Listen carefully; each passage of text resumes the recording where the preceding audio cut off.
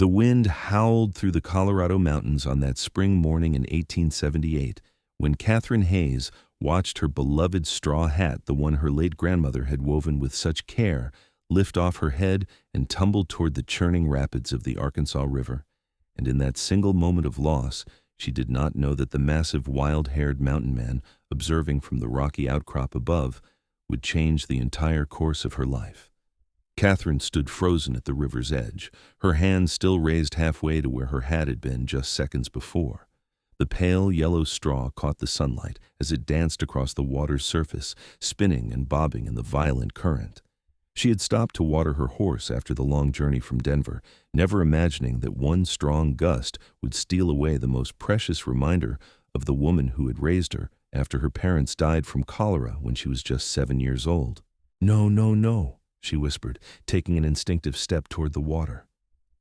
The ground beneath her boots was slick with moss and morning dew, and she felt herself sliding forward, her arms windmilled as she fought for balance, her heart hammering against her ribs. Then she heard it, the sound of heavy boots pounding against stone, the crash of underbrush being torn aside. Catherine barely had time to turn her head before a pair of impossibly strong arms wrapped around her waist and yanked her backward, away from the treacherous edge.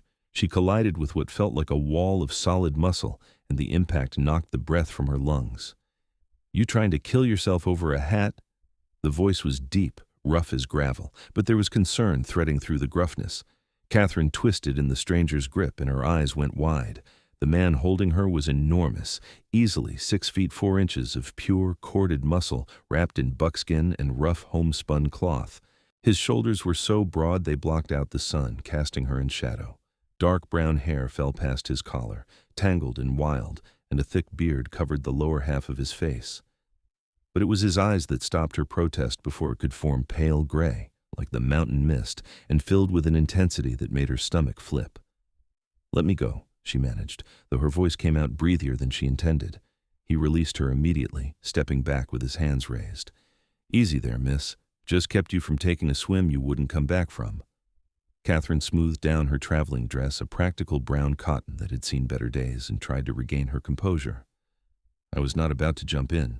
I was just—" She looked back at the river, searching for any sign of the hat. Her throat tightened when she spotted it, already 50 yards downstream and moving fast. It was my grandmother's. The mountain man followed her gaze. His jaw tightened beneath the beard, and something shifted in his expression. Without a word, he began striding toward the riverbank. "What are you doing?" Catherine called after him.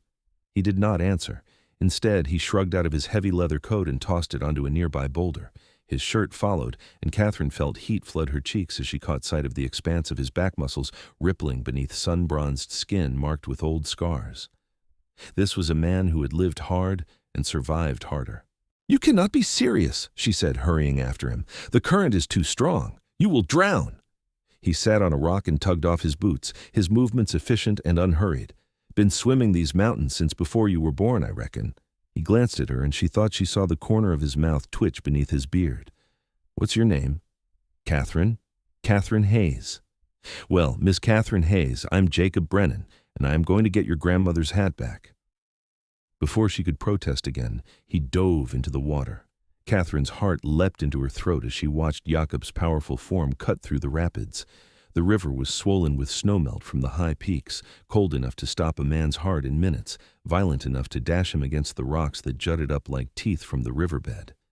But Jakob moved through the chaos with a confidence that bordered on supernatural. His arms carved through the water in strong, sure strokes, and he used the current rather than fighting it, angling his body to move downstream faster than the water itself. She ran along the bank, her skirts clutched in her fists, stumbling over roots and stones, but never taking her eyes off him. The hat had caught on a partially submerged log about 100 yards downstream, bobbing in a small eddy. If Jakob could just reach it before the current tore it loose again, a massive standing wave rose up in front of him, and he disappeared beneath the white water. Catherine screamed his name, the sound ripped away by the roar of the river. Seconds stretched into eternity. Then his head broke the surface, water streaming from his hair, and he powered forward with renewed strength. He reached the log and snatched the hat from the water, holding it high above his head with one hand, while he used the other to pull himself toward the shore. The muscles in his arms stood out like cords of steel as he fought the current's attempt to drag him back into the main channel. Catherine watched helplessly, her fingernails digging into her palms. Jakob found his footing on the rocky bottom and waded through the shallower water near the bank. He emerged from the river like some ancient god of the wilderness, water cascading off his powerful frame, his chest heaving with exertion. He walked straight to Catherine and held out the dripping hat. "I believe this belongs to you." Catherine stared at him, at the hat, at this impossible man who had just risked his life for something as simple as her happiness. Her hands trembled as she took the hat from him. The straw was soaked and slightly misshapen, but it was whole. It was safe. "You could have died," she whispered. Jakob shrugged, rivulets of water running down his chest. "Could have, didn't. Why would you do something so reckless for a stranger?" He looked at her for a long moment, those gray eyes searching her face. "Saw how you looked when it flew off your head, like you lost something that mattered. Figured that was worth a swim." Catherine felt tears burning in her eyes, and she blinked them back furiously. She had been traveling alone for 3 weeks, running from a life in Denver that had become unbearable after her uncle tried to force her into marriage with his business partner, a cruel man 3 times her age who had made his fortune in the silver mines through methods she did not want to think about. She had fled with nothing but her horse, a small bag of belongings, and her grandmother's hat. That hat represented every good memory she had, every moment of love and safety before the world had turned hard. And this stranger, this wild mountain man, had understood that in an instant. "Thank you," she said, and the words felt entirely inadequate. "I do not know how to repay you." "Do not need repayment." Jakob walked back to where he had left his clothes and began pulling on his shirt. The wet fabric clung to him, and Catherine forced herself to look away. "Where are you heading?" "South. There's a town called Salida. I heard they need a school teacher." "You are a teacher?" He sounded surprised. Catherine lifted her chin. "I am educated, if that is what you are asking. My grandmother insisted I learn to read and write properly. I taught at a small school in Denver before." She stopped herself. He did not need to know her troubles, but Jacob's eyes had sharpened. "Before what?" "Before I decided I needed a change of scenery." He studied her, and Catherine had the uncomfortable feeling that he could see right through her evasion. But he did not push. "Salida is another 2 days south on horseback. Rough country between here and there. Not safe for a woman traveling alone. I have managed this far." "You have been lucky." He pulled on his boots and retrieved his coat. "But luck runs out. There are men in these mountains who would not think twice about taking what they want from a lone traveler." A chill ran down Catherine's spine, but she kept her voice steady. "What do you suggest?" "My cabin is about 3 miles west, up in the high country. You can stay there tonight, dry out that hat properly, get a hot meal. Tomorrow I will guide you to Salida." Every instinct Catherine had learned growing up in Denver told her that accepting an invitation to a strange man's isolated cabin was a terrible idea. But as she looked at Jakob Brennan, at the honesty in his eyes, at the way he had risked everything for her happiness without expecting anything in return, those instincts quieted. "I would appreciate that," she said. "Thank you." They gathered her horse, a sweet-tempered bay mare named Clover, and began the trek into the high country. Jakob led the way, moving through the wilderness with the easy confidence of someone who knew every rock and tree. He did not speak much, but Catherine found she did not mind the silence. It was comfortable, peaceful even, broken only by the sounds of the forest and the soft thud of hooves on the narrow trail. As they climbed higher, the landscape changed. The dense pine forests gave way to stands of aspen, their white trunks gleaming in the afternoon sun. Meadows carpeted with wildflowers spread out in brilliant splashes of color, purple lupine, yellow arnica, delicate columbine, and shades of blue and white. Catherine had spent her entire life in cities and towns, and the raw beauty of this place took her breath away. "It is incredible," she murmured, more to herself than to Jakob. He glanced back at her, and she could have sworn she saw pleasure in his expression. "Gets under your skin after a while. Could not imagine living anywhere else now." "How long have you been up here?" 10 years, give or take. Came out after the war. Catherine did the math in her head. The war had ended in 1865, which meant Jakob must be in his early 30s at least. He looked younger in some ways, but the lines around his eyes spoke of hardship and loss. She wanted to ask which side he had fought for, what he had seen, why he had chosen this solitary life, but the set of his shoulders warned her away from those questions. Instead, she asked, "Do you ever get lonely?" Jakob was quiet for so long, she thought he might not answer. Then, "Every damn day." The honesty of it struck her like a physical blow. Here was a man who had everything he needed to survive: strength, skill, intimate knowledge of this harsh land, but he was missing the one thing that mattered most: connection. Someone to share the beauty of those wildflower meadows, to warm the cold mountain nights. Why stay then? Because the alternative is worse. He pushed aside a low-hanging branch and held it so she could pass. Cities are full of people, but you can be lonelier there than anywhere else. At least up here, the loneliness is honest. Catherine understood that more than he knew. She had been desperately lonely in Denver, surrounded by her uncle's friends and their hollow conversations, their constant scheming and social maneuvering. She had smiled and nodded and played the role of the dutiful niece while feeling completely invisible. "I know what you mean," she said softly. Jakob looked at her, really looked at her, and something passed between them. Recognition. Understanding. The acknowledgement that they were both refugees from different kinds of pain. The trail narrowed as they ascended a steep rocky slope, and Jakob moved back to walk beside Clover, his hand on the mare's bridle to help guide her. Catherine was acutely aware of his presence, of how close he was, of the way his muscles flexed as he helped the horse navigate the difficult terrain. She found herself studying him, the strong line of his jaw beneath the beard, the way his hair fell into his eyes when he bent forward, the obvious care he took with her horse. This was not a brutal man despite his rough exterior. This was someone who had been hurt and had chosen to protect himself by removing himself from the world. But underneath that protective shell, there was kindness, gentleness even. They crested the ridge, and Jakob's cabin came into view. Catherine had been expecting something crude and ramshackle, but what she saw made her pause in surprise. The structure was solid and well built, constructed from thick logs that had been carefully chinked against the weather. Smoke curled from a stone chimney. A small garden grew beside the cabin, neat rows of vegetables just beginning to sprout.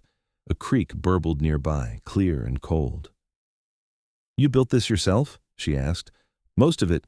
Traded some furs to get help with the chimney."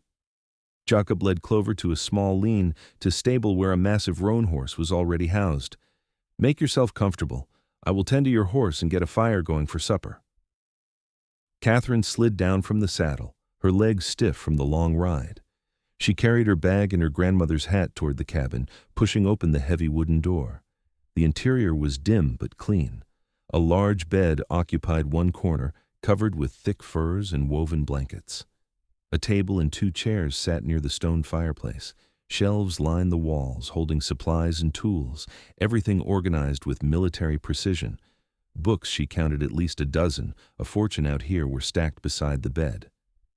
She set her hat carefully on the table and explored the small space. There were touches of unexpected refinement: a decent set of dishes, a coffee grinder, a beautiful hunting knife with an inlaid handle displayed above the fireplace. This was not just a shelter. This was a home, built with care by a man who might claim not to need much, but who still surrounded himself with things that mattered. Jakob entered carrying an armload of firewood. "You can take the bed tonight. I will sleep outside." "I cannot take your bed," Catherine protested. "You have already done too much." Not up for debate, he began building a fire with quick, efficient movements. "This country gets cold at night, even in spring. You will need the warmth." Catherine watched him work, noting the way his hands moved with such certainty. "Where did you learn to do all this? Build a cabin, survive in the wilderness?" "My father was a trapper, grew up in Montana Territory, learning the trade." Jakob struck his flint, and sparks caught in the tinder. "After the war, I tried to go back to it, but too much had changed. Came down here instead, started fresh." "What did you do before the war?" His hands stilled for just a moment. "Tried to be something I was not." He stood, brushing off his hands.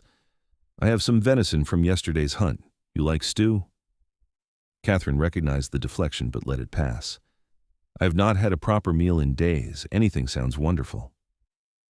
Over the next hour, she watched Jakob transform into someone completely unexpected, a competent cook who moved around the small cabin kitchen with easy grace.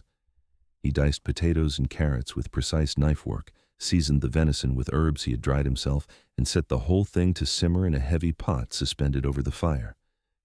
The aroma that filled the cabin made Catherine's stomach growl audibly. Jakob's mouth quirked in what might have been a smile. When did you last eat? I had some hard biscuits this morning. Before that? Catherine hesitated. Some dried meat the day before. You're going to make yourself sick. He pulled down 2 tin plates and began ladling out generous portions of stew. You need to take better care of yourself. I've been conserving my supplies. I did not know how long they would need to last. Jakob set a plate in front of her and handed her a spoon. Eat?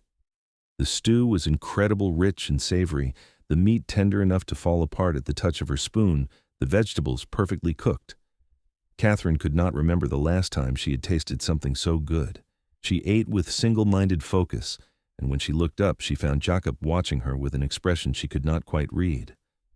What? She asked, suddenly self-conscious. You got a bit of... He gestured to the corner of his own mouth. Catherine wiped at her face with her napkin, feeling heat creep into her cheeks. Sorry. I suppose I forgot my manners. Do not apologize. It's good to see someone enjoy food that much. Jakob took a bite of his own stew. Most people I have met lately are so worried about appearances they forget to actually live. You do not strike me as someone who worries much about appearances. Gave that up a long time ago. He studied her across the table. What about you? Running away to teach school in a mining town that seems like a big change for a city woman. Catherine set down her spoon. Is it that obvious I'm running? You got the look, same one I had when I first came up here. Jakob's voice was gentle. You do not have to tell me if you do not want to, but I am a good listener if you need one. There was something about the dim firelight, the warmth of the cabin, the steady presence of this unexpected man that made Catherine want to talk. She had been carrying her burdens alone for so long, and the weight of them was exhausting. My uncle wanted to marry me off, she said quietly, to a man named Silas Blackwood. He owns half the silver mines around Leadville, and he wanted a young wife to show off at his business dinners. My uncle owed him money, and I was the payment. Jakob's expression darkened. How old is this Blackwood? 57, and cruel. I saw him strike one of his servants once for bringing him the wrong wine. Catherine wrapped her arms around herself. I refused, but my uncle said I did not have a choice, that I owed him for taking me in after my parents died. So I left. Good. Jakob's voice was hard as iron. A woman should never be sold like property. My uncle will be looking for me. Blackwood too, probably. They are not the kind of men who accept refusal gracefully. Then we make sure they do not find you. Jakob leaned forward, his gray eyes intense. Salida is a good choice. It is growing fast, lots of new people coming and going. You can disappear there. Start over, but you need to use a different name. Catherine blinked. I had not thought of that. What's your middle name? Rose? Catherine Rose Hayes becomes Rose Catherine, or Rose Sutton, Rose Miller, something common enough not to stand out. Jakob was clearly thinking strategically, and Catherine realized he must have done something similar himself. You tell people you are a widow from Kansas, came out here for a fresh start after losing your husband. No one will question that. Half the people in Colorado have similar stories. You have done this before. It was not a question, and Jakob did not deny it. Everyone in these mountains is running from something. The smart ones make sure no one can follow. They sat in comfortable silence for a while, finishing their meal. Catherine found herself studying Jakob's hands, large and calloused, marked with old scars and recent scratches from his work in the wilderness. They were hands that had seen hard use, but they moved with surprising delicacy as he handled his spoon, as he reached for more bread. Can I ask you something? She ventured. You can ask, might not answer. Why did you really jump in that river? The truth this time. Jakob was quiet for a long moment. He set down his spoon and looked at her, and the vulnerability in his expression made her breath catch. Because I saw the look on your face when that hat flew away, and it reminded me of the day I lost the last thing I had from my mother, he said. "A pocket watch my father gave her, had her picture inside. I was crossing a river in Virginia during the war, and it fell out of my pack. Watched it sink into the mud, and there was nothing I could do. I would have given anything for someone to get it back for me. So when I saw you losing something that mattered, I thought—" He paused, his jaw working. "I thought maybe I could save it for you, even if I could not save my own." Catherine felt tears burning in her eyes again. "Jakob." "It is getting late," he said, standing abruptly. "You should get some rest. We have a long ride tomorrow." He gathered the dishes and carried them to a basin of water, his movements carefully controlled. Catherine recognized the retreat for what it was. This man had revealed more than he intended, and now he was pulling back behind his walls. But she had seen what was underneath, and she knew she would never forget it. She rose and moved to where her grandmother's hat sat drying by the fire. The straw had regained some of its shape, and it looked almost as good as new. She picked it up carefully and carried it to the bed, setting it gently on the small side table. "Jakob," she said softly. He did not turn from the dishes. "Yes?" "Thank you for understanding, for the hat and the meal and everything else. You are a good man." She saw his shoulders tense, saw him grip the edge of the basin. "Get some sleep, Catherine." She wanted to say more, but she recognized that he needed space, so she removed her boots and lay down on the bed, pulling the furs around her. They smelled like pine and wood smoke and something uniquely Jakob. She heard him move around the cabin, banking the fire, preparing his bedroll outside despite the cold. Just before he slipped out the door, she called to him one more time. "Jakob?" "What?" "I'm glad the wind blew my hat into that river today." She could not see his face in the darkness, but she heard the catch in his breath. Then the door closed softly, and she was alone with the crackling fire and her racing thoughts. Catherine woke to birdsong and the smell of coffee. Sunlight streamed through the cabin's small window, painting everything in shades of gold. She sat up, disoriented for a moment, then remembered where she was. Jakob's cabin, the mountain man who had saved her hat. She dressed quickly and stepped outside to find Jakob crouched by a small fire, a coffee pot suspended over the flames. He had changed into a clean shirt, and his hair was damp. He must have bathed in the creek while she slept. When he looked up at her, Catherine felt that now familiar flip in her stomach.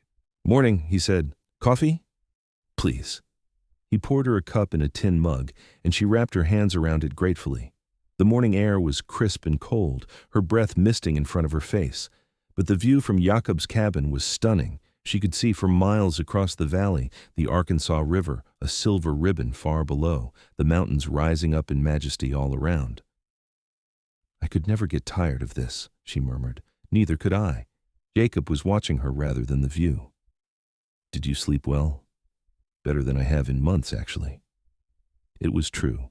Despite being in a strange place, despite all her worries, she had slept deeply and dreamlessly, feeling safer than she had since leaving Denver. They shared a simple breakfast of biscuits and bacon, then packed up for the journey to Salida. Catherine retrieved her grandmother's hat, now fully dry and restored to its proper shape, and settled it on her head. Jakob watched her adjust it, and she could have sworn she saw satisfaction in his eyes. "Perfect," he said. The ride to Salida took them through some of the most beautiful country Catherine had ever seen. They descended from the high country into valleys lush with spring growth, crossed streams running clear and cold, passed through stands of aspen that whispered in the wind. Jakob pointed out landmarks and wildlife, a golden eagle soaring overhead, a small herd of elk grazing in a distant meadow, the entrance to an abandoned mine from the earlier gold rush days. "You know this land so well," Catherine said as they stopped to rest the horses beside a creek. "Spent a lot of time exploring." Jakob dismounted and helped her down, his hands firm and warm on her waist. "When you are alone as much as I am, you learn every rock and tree. They become your companions." "That sounds lonely." "It is." He led the horses to drink. "But it is also peaceful. No one to lie to you, betray you, hurt you. Just the land and the sky and your own thoughts." "And that's enough for you?" Jakob looked at her, and there was something raw in his expression. It was. Until yesterday. Catherine's heart began to pound. What changed yesterday? He took a step toward her, and she could see the conflict warring in his face, the desire to reach out battling against years of self-imposed isolation. You know what changed, Jakob. I know this is crazy, he said, the words tumbling out now. I know we just met. I know you have your own life to live, your own plans. But I cannot stop thinking about the way you smiled when I handed you that hat. Cannot stop wanting to see that smile again. Cannot stop imagining what it would be like to have someone like you in my life. Catherine felt like the ground was shifting beneath her feet. Someone like me? Smart, strong, brave enough to run away from a bad situation and build a new life. Beautiful. He said the last word quietly, almost reverently. So damn beautiful it makes my chest hurt. No one had ever spoken to her like this. The men in Denver had complimented her appearance, but it had always felt calculated, a move in some social game. Jakob's words were different, honest and unpolished and utterly sincere. I think you are beautiful too, she whispered. Jakob's eyes widened. I am covered in scars and spend half my life covered in dirt. Beautiful is not a word anyone has used for me before. Then they were not looking properly. Catherine reached up and touched his bearded cheek. He froze at the contact, and she could feel the tremor that ran through him. You risked your life for my happiness. You gave me shelter and food and protection without asking for anything in return. You have built a home in one of the hardest places on earth and made it into something good and peaceful. That is beautiful. Catherine. Her name was a prayer on his lips. I do not know how to do this. It has been so long since I let anyone close. Then we will figure it out together. He cupped her face in his large hands, his touch infinitely gentle. I do not want to hurt you. You would not. I am not good with words. I am rough, and I have a temper, and I am used to being alone. I will make mistakes. So will I. Catherine leaned into his touch. But I would rather make mistakes with you than be safe and miserable without you. Jakob made a sound low in his throat and pulled her into his arms. Catherine went willingly, pressing herself against his solid warmth. His heart thundered beneath her ear, beating as fast as her own. They stood like that for a long time, just holding each other beside the creek while the horses grazed and the world continued turning around them. Finally, Jakob pulled back enough to look down at her. We should still get you to Salida, get you settled in your new life. And then? And then, if you will have me, I will court you proper. Visit on weekends, bring you gifts, take you for walks, do all the things a man is supposed to do when he is trying to win a woman's heart. Catherine smiled up at him. You already won my heart, but I would like the courting too. He kissed her forehead, and even that simple touch sent warmth flooding through her. Come on then, let us get you to your new home. They arrived in Salida as the sun was beginning to set, painting the mountains in shades of gold and purple. The town was larger than Catherine had expected, bustling with activity as miners and railroad workers and families moved through the streets. New buildings were going up on every corner, the sound of hammering and sawing filling the air. This was a place being born, raw and chaotic and full of possibility. Jakob led them to a modest boarding house run by a widow named Mrs. Margaret Walsh. She was a plump woman in her 50s with kind eyes and a no-nonsense manner, and she took one look at Catherine and immediately ushered her inside. You poor dear, you look exhausted, Mrs. Walsh said, already bustling around preparing tea. When did you last have a proper meal? This morning, actually. Catherine glanced at Jakob, who had remained outside with the horses. I have been fortunate in my traveling companions. That Jakob Brennan is a good man, even if he is rough around the edges. Mrs. Walsh set out cups and saucers. He brings me fresh meat sometimes when he comes down from the mountains, never asks for anything in return, just leaves it on the porch and disappears. Salt of the earth, that one. Catherine felt warmth spread through her chest. Of course, Jakob did things like that. It was exactly who he was.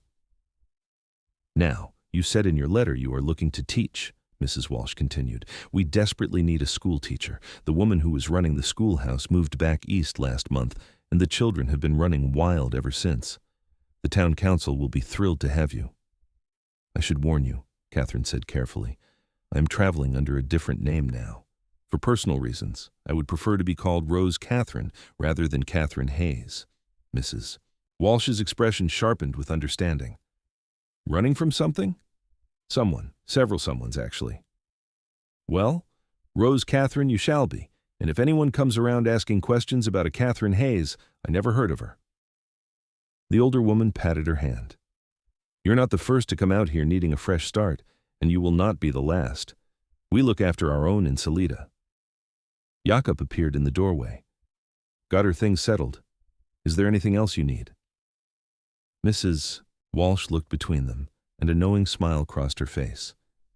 I think we are all set here, Jacob, but you are welcome to stay for supper if you like.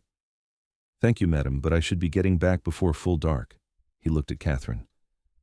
Can I speak to you outside for a moment? They stepped out onto the porch, and Jakob shifted his weight, suddenly awkward. I will come back next Saturday if that is all right. Maybe we could take that walk I mentioned. I would like that very much. And if you need anything before then, anything at all, you send word. I check with the general store in town most weeks, so they can get a message to me. I will be fine, Jakob. You have done so much already. He reached out and adjusted her hat, his fingers lingering against her cheek. Wear this when we go walking. Want to see you in it. Catherine felt tears prick her eyes. I will, I promise. Good. He stepped back, and she could see him warring with himself, wanting to stay but knowing he should go. Be safe, Catherine. Rose, she corrected gently. I am Rose now. You will always be Catherine to me, but I will call you Rose in front of others. He swung up onto his massive roan horse. See you Saturday.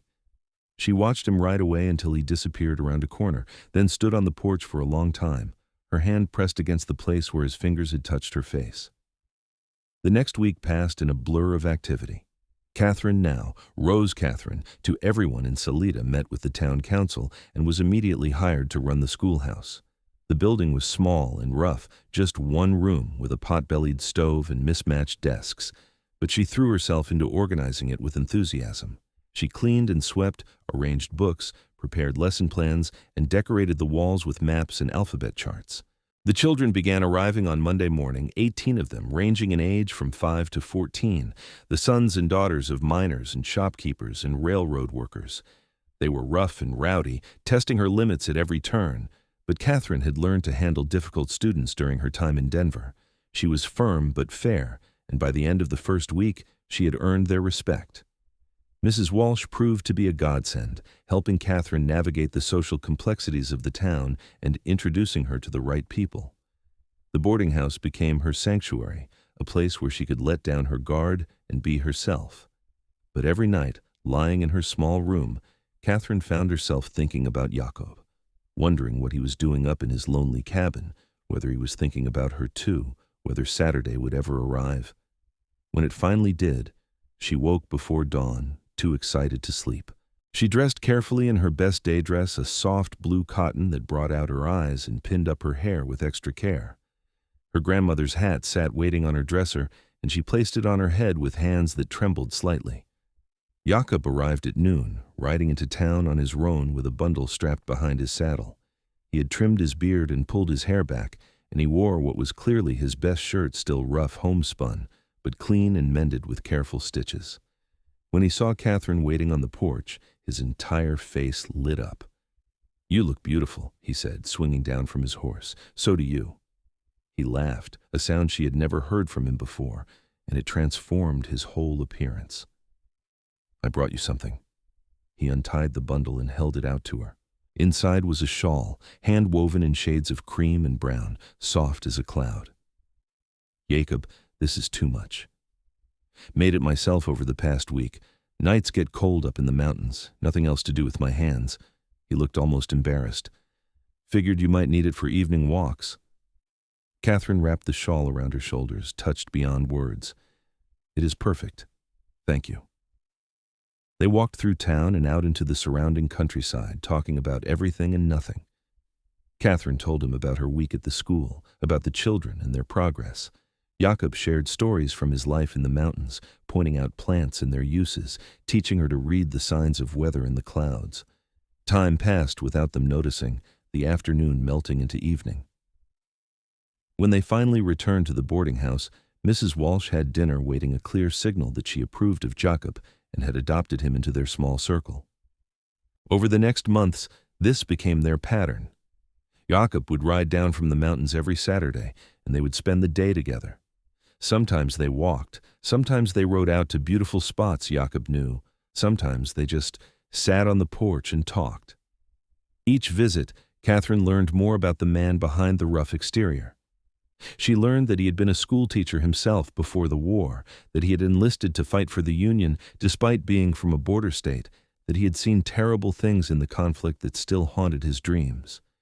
She learned that he had been engaged once to a woman named Sarah who had promised to wait for him, but when he came back from the war, broken and changed, she had married someone else. "That was when I realized I did not fit in the civilized world anymore," he told her one day as they sat by a mountain stream. "I had seen too much, done things I could not forget. Every time I tried to sleep in that boarding house in town, I would wake up reaching for weapons that were not there, terrified by sounds that meant nothing. So I came up here where the only sounds are wind and water, and I started to heal." Catherine took his hand. "Are you healed now?" "More than I was, but I think maybe I needed something besides solitude to finish the healing." He looked at her. "I think maybe I needed you." Their relationship deepened slowly, carefully, both of them aware of how fragile and precious this connection was. Jakob was patient and respectful, never pushing for more than Catherine was ready to give. Their first kiss came on a cool October afternoon as they stood watching the aspens turn gold, and it was sweet and gentle and full of promise. But not everything was perfect. Word had begun to spread about the beautiful new schoolteacher in Salida, and it reached ears that Catherine had hoped to avoid. It was a Tuesday afternoon in late October when trouble arrived. Catherine was dismissing the children for the day when a man in an expensive suit stepped into the schoolhouse. He was tall and thin, with cold eyes and a cruel mouth. Catherine recognized him immediately as one of Silas Blackwood's associates from Denver. "Miss Hayes," he said, and Catherine's blood ran cold. "You have led us on quite a chase." The last child scurried out the door, and Catherine found herself alone with this man. "My name is Rose Catherine.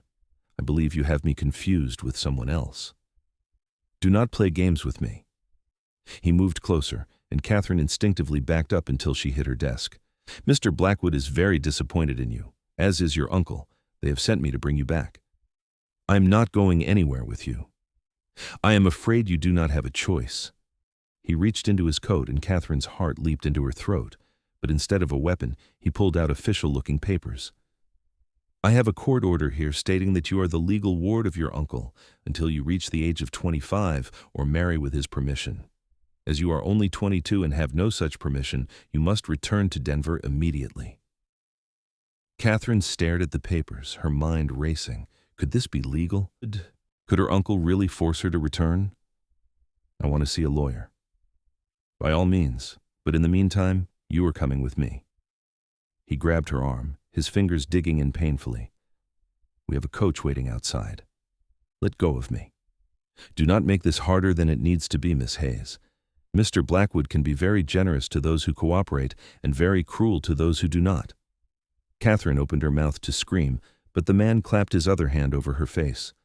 She bit down hard, tasting blood, and he cursed and jerked away.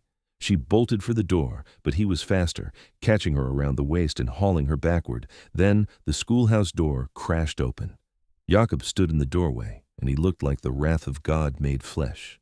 His gray eyes had gone cold as winter ice, and every muscle in his powerful body was coiled and ready for violence. "Let her go." The man holding Catherine actually took a step back, his grip loosening. "This is none of your concern. I have legal papers." "I do not care if you have papers signed by the president himself." Jakob's voice was low and deadly. "You have 3 seconds to take your hands off her before I break every bone in your body." "Now see here." Jakob moved. One moment he was in the doorway, and the next he had crossed the room and grabbed the man by his expensive coat, lifting him clean off the ground. "I said let her go." The man released Catherine immediately, his face going pale. Jakob set him down but kept one massive hand fisted in his coat. "Catherine, are you hurt?" Jakob asked, never taking his eyes off the other man. "I am fine," she managed, her voice shaking. "Good. Now you." Jakob gave the man a shake like a terrier with a rat. You are going to get on your fancy coach and ride back to Denver, and you are going to tell this Blackwood and Catherine's uncle that if they ever come near her again, I will hunt them down and make them wish they had never been born. Do you understand me? You cannot threaten. Jakob slammed him against the wall hard enough to rattle the windows. That was not a threat. That was a promise. Do you understand? The man nodded frantically. Jakob released him and stepped back. Get out. The man scrambled for the door, tripping over his own feet in his haste to escape. They heard the sound of a coach departing at speed, and then silence fell over the schoolhouse. Catherine stood frozen, her heart still racing. Jakob turned to her, and the coldness melted from his expression, replaced by concern. Did he hurt you? She shook her head, then found herself suddenly crying. Jakob crossed to her and pulled her into his arms, holding her while she sobbed against his chest. How did you know? She managed between tears. You're not supposed to be here until Saturday. I had a bad feeling all day, could not shake it, so I rode down early. His arms tightened around her. Thank God I listened to my instincts. He had papers, legal papers saying my uncle has guardianship until I am 25. Jakob, what if he comes back with the sheriff? What if they force me to go back? They will not. How can you be sure? Jakob pulled back and looked down at her, his expression intense. Because I am not going to let that happen, because I will fight anyone who tries to take you away from me, and because... He stopped, took a breath. Because if you will have me, I am going to marry you, Catherine. Right now. Today. Then those papers mean nothing. You will be my wife, not your uncle's ward. Catherine's tears stopped. Jakob, I know it is fast. I know we have only known each other a few months, but I love you. I have loved you since the moment I pulled you back from that riverbank, and if marrying me will keep you safe and free, then that is what we are going to do. He cupped her face in his hands. Unless you do not want to, I will understand if... Yes, Catherine interrupted. Yes, I will marry you. The joy that flooded Jakob's face was like sunshine breaking through clouds. You mean it? I love you too, Jakob Brennan. I think I have loved you since you handed me my grandmother's hat, with water still streaming from your hair. She smiled through her tears. So yes, let us get married. Right now. Today. Jakob kissed her then, deep and passionate and full of promise. When they finally broke apart, they were both breathless. We need a preacher, Catherine said practically. Reverend Thompson lives 2 streets over. I have done some work for him. He will help us. They hurried to the minister's house, and Reverend Thompson, a kind man in his 60s, agreed immediately to perform the ceremony. Mrs. Walsh was summoned as a witness, and she arrived with tears of joy streaming down her face. By the time the sun set that evening, Catherine Hayes had become Catherine Brennan, wife to Jakob Brennan, and no court in the land could force her back to Denver. That night, Jakob took his new bride back to his cabin in the mountains. They rode through the darkness, Catherine sitting in front of Jakob on his horse, wrapped in the shawl he had made her, and feeling safer than she had ever felt in her life. When they arrived at the cabin, he carried her across the threshold and set her down gently. I know this is not much, he said, looking around the simple space, not what a city woman is used to. But I promise I will spend my life making it into a home for you. Catherine looked at the cabin, at the sturdy walls Jakob had built with his own hands, at the fireplace where he had cooked her that first meal, at the bed where she had slept that first night. This place already felt more like home than anywhere she had lived since her grandmother died. It is already perfect, she said, because you are here. That night they consummated their marriage with tenderness and passion, learning each other's bodies and hearts with gentle hands and whispered words. Jakob was careful with her, mindful of her inexperience, but there was nothing tentative about the way he loved her. When they finally fell asleep wrapped in each other's arms, Catherine knew she had found where she belonged. The next weeks were a blur of adjustment and joy. Catherine continued teaching at the school, riding down from the mountains each morning and returning to the cabin each evening. It was exhausting, but she would not have changed it for anything. Jakob began working with her to build a small cabin closer to town for the winter months when the mountain trails would become impassable, but they both knew that the high country cabin would always be their true home. Winter came early that year, snow falling in thick blankets that transformed the world into something magical. Catherine taught Jakob's lessons from her grandmother about making preserves and mending clothes, while he taught her to track animals, to read the sky for storms, to survive in the harsh mountain winter. They learned to work together, to anticipate each other's needs, to communicate without words. Their love deepened and grew stronger with each passing day. Jakob was true to his word. He spent his life trying to make Catherine happy. He carved her furniture for their cabin, built her shelves for her books, made her a beautiful jewelry box from polished wood. Catherine brought warmth and laughter into his solitary existence, filling the cabin with song and story and love. In the spring, Catherine realized she was pregnant. She told Jakob one evening as they sat watching the sunset paint the mountains in shades of gold and rose. He stared at her for a long moment, then pulled her into his arms and wept, great shuddering sobs of joy and gratitude and overwhelming love. "I never thought I would have this," he said when he could speak again. "A wife, a child, a family. I thought that life was lost to me forever." "You have it now," Catherine said, placing his hand on her still flat stomach. "You have all of it." Their son was born in December of 1879, during the first major snowstorm of winter. Mrs. Walsh came up to help with the birth, and Jakob paced outside the cabin for hours while Catherine labored. When he finally heard the baby's first cry, he burst through the door to find his wife exhausted but radiant, holding a tiny, perfect infant in her arms. "A boy," Catherine said, smiling up at him. "A beautiful, healthy boy." Jakob approached slowly, almost afraid to breathe. He looked down at his son, at the tiny hands, the shock of dark hair, the eyes that would eventually turn the same gray as his own, and felt something break open in his chest. All the pain, all the loss, all the years of loneliness seemed to fall away in that moment. "What should we name him?" Catherine asked. "I was thinking James," Jakob said quietly. "After my father, but only if you like it." "James Brennan." Catherine tested the name. "It is perfect." Jakob carefully took his son in his arms, and the baby's eyes opened, looking up at him with that unfocused newborn gaze. "Hello, James. I am your papa. I'm going to protect you and love you and teach you to be a good man, I promise." Catherine watched her husband hold their child, and her heart felt so full she thought it might burst. This was her family. This rough, scarred, beautiful man, and this perfect new life they had created together. Everything she had run from, everything she had lost, had led her to this moment. The years that followed were full of both challenge and joy. Jakob proved to be a devoted father, patient and loving despite his rough exterior. He taught James to walk, to ride, to read the wilderness like a book. Catherine balanced teaching with motherhood, supported by the community they had built in Salida. 2 years after James was born, they welcomed a daughter they named Rose, after the name Catherine had taken when she started her new life. Rose had her mother's quick wit and her father's gray eyes, and she wrapped Jakob around her tiny finger from the moment she drew breath. Life in the Colorado mountains was never easy.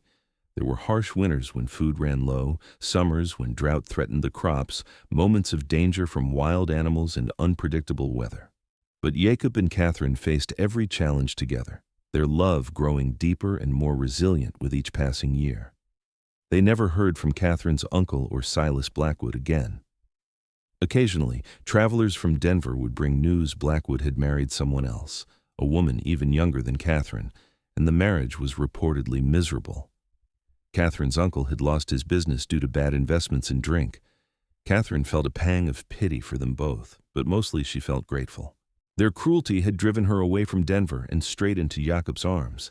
As their children grew, the cabin in the high country became too small, so Jakob built them a larger home closer to town. But they never sold the original cabin.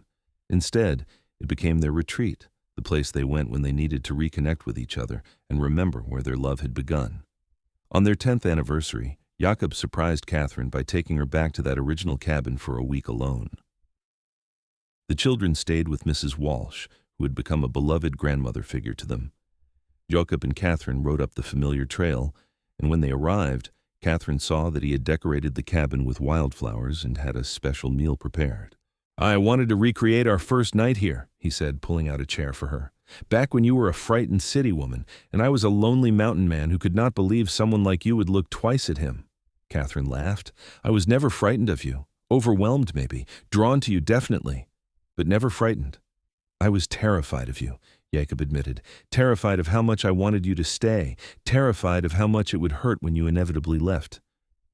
"I never planned to leave. I know that now." He took her hand across the table.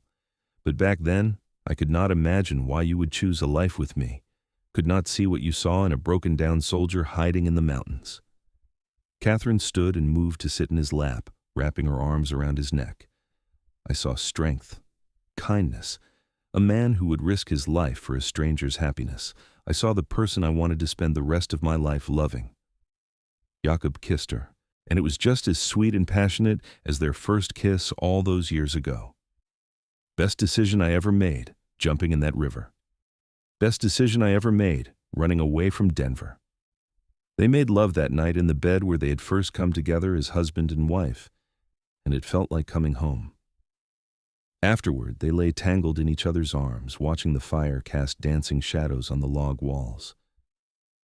"Do you ever miss the city?" Jakob asked, stroking her hair. "Never. Not for a single moment." Catherine propped herself up on her elbow to look at him.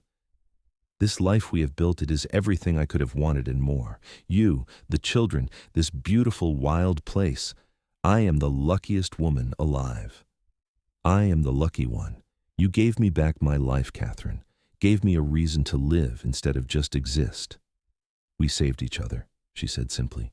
"That is what love does." The years continued to pass, marked by birthdays and holidays, by the changing seasons in the mountains, by the steady rhythm of their life together. James grew into a strong young man, inheriting his father's size and his mother's intelligence. He eventually became a wilderness guide, leading wealthy tourists from back east on hunting expeditions through the Rockies.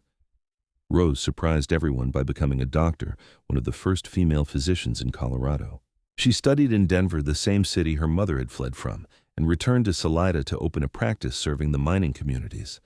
She married a gentle schoolteacher named Thomas, and they gave Jakob and Catherine 3 grandchildren to dote on. Through it all, Jakob and Catherine remained devoted to each other. They grew old together in the mountains they loved, their hair turning gray, their faces lining with age, but their love never dimming. Jakob still looked at Catherine the way he had that day by the river, with wonder and gratitude and fierce protective devotion. Catherine still saw the beautiful broken man she had fallen for, now healed and whole and happy. On their 40th anniversary, their children and grandchildren gathered at the big house for a celebration. There was music and dancing and more food than anyone could possibly eat. As the sun set, Jakob took Catherine's hand and led her outside to the porch. "Remember when we first met?" he asked, pulling her close. "Every detail," she said. "The wind blowing my hat away, the terror of watching you dive into those rapids, the look on your face when you handed it back to me." "I knew right then," Jakob said. "Knew I would love you for the rest of my life. It was just a hat."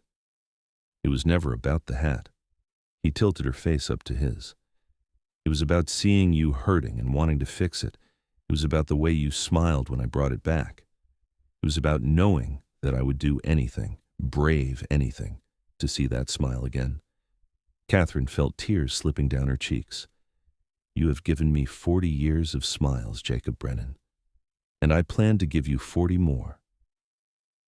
They kissed as the sun disappeared behind the mountains, surrounded by the sounds of their family laughing inside, and Catherine sent up a silent prayer of gratitude.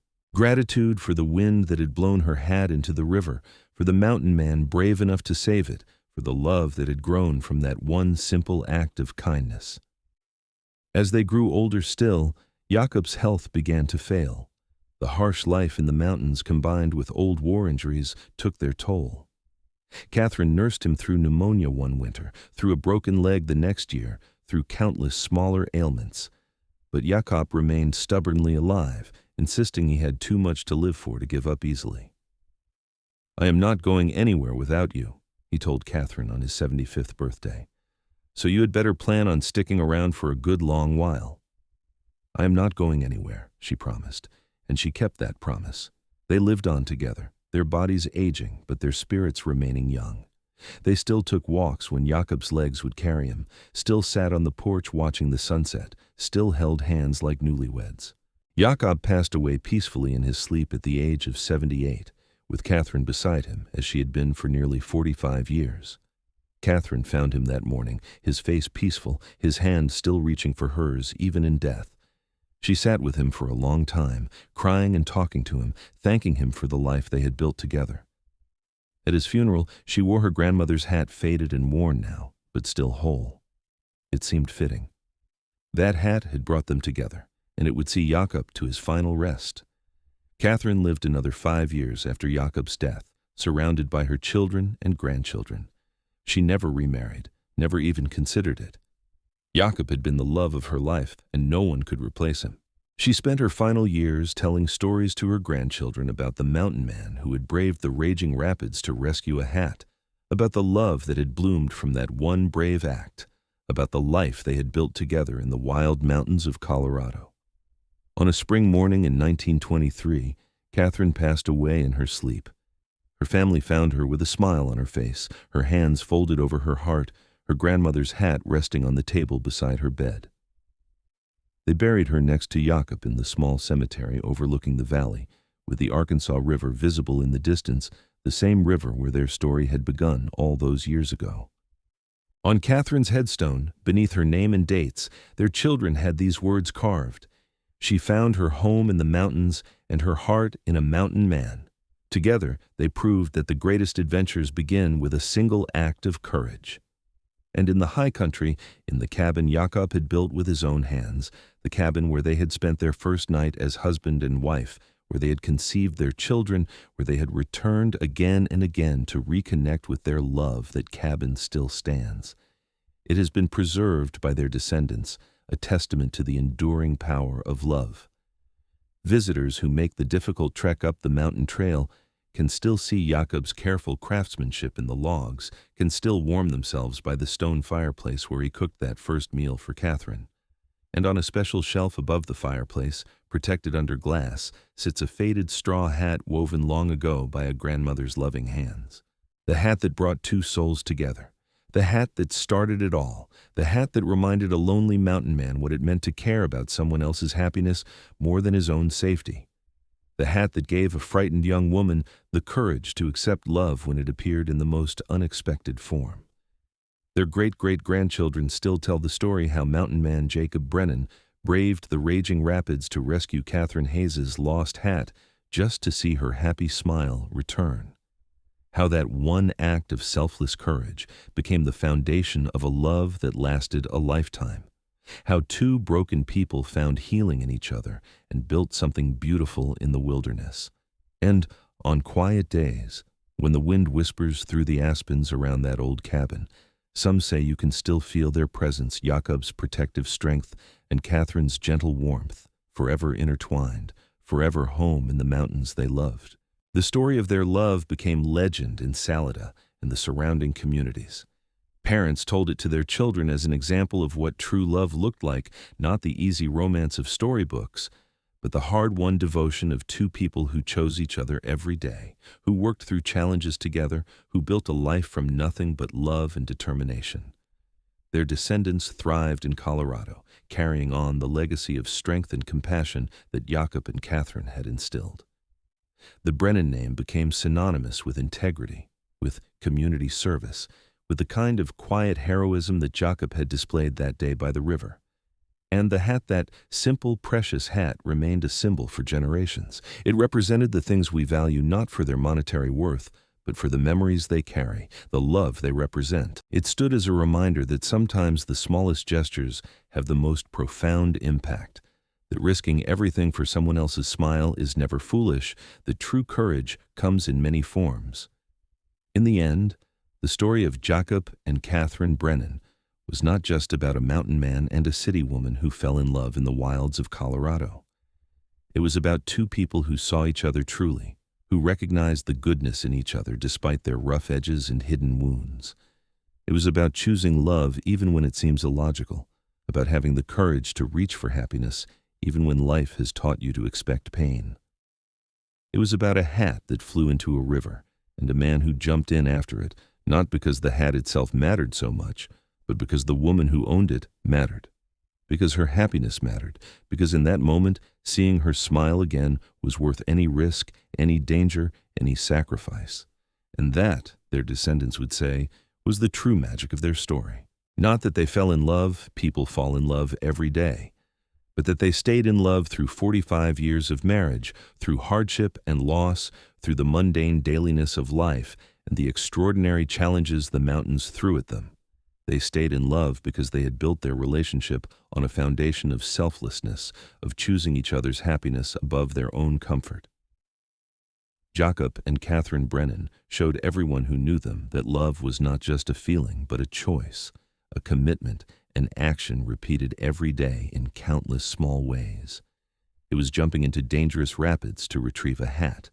It was building a warm home in the wilderness. It was holding hands through the birth of children and the death of dreams. It was growing old together and still seeing each other as beautiful. Their story ended not with their deaths, but with the lives they created, the love they shared, the legacy they left behind. In every Brennan descendant who faced fear with courage, who chose kindness over convenience, who loved deeply and completely in all of them, Jakob and Catherine lived on. And somewhere in the Colorado mountains, in a cabin built by a mountain man's strong hands, a hat still rests in its place of honor. A reminder, a tribute, a symbol of the day when everything changed because one man was brave enough to care about a stranger's smile. This is how love stories are supposed to end, not with a kiss that solves everything, but with a life fully lived, fully loved, fully shared, with children and grandchildren carrying on the legacy, with a community made better by two people's devotion to each other and to doing good in the world. Jakob braved the raging rapids to rescue Catherine's lost hat, just to see her happy smile return. And in return, Catherine gave him 45 years of smiles, of love, of the family and home he had never thought he would have. They saved each other in that moment by the river, and they kept saving each other every day after, until death parted them, and they went to whatever waits beyond, together in spirit as they had been in life. Their story was complete, their love eternal, their legacy secured, and that faded straw hat remained, a silent witness to the greatest truth of all, that love is worth any risk, any danger, any sacrifice, that seeing the person you love smile is worth braving any rapids, climbing any mountain, facing any fear, that in the end, we are all just looking for someone who will jump into the river for us, who will see what matters to us and choose to protect it, who will love us enough to be brave. Jakob and Catherine found that in each other, and in finding it, they created something that would outlast them both, a love story for the ages, beginning with a hat and a river and a mountain man brave enough to care.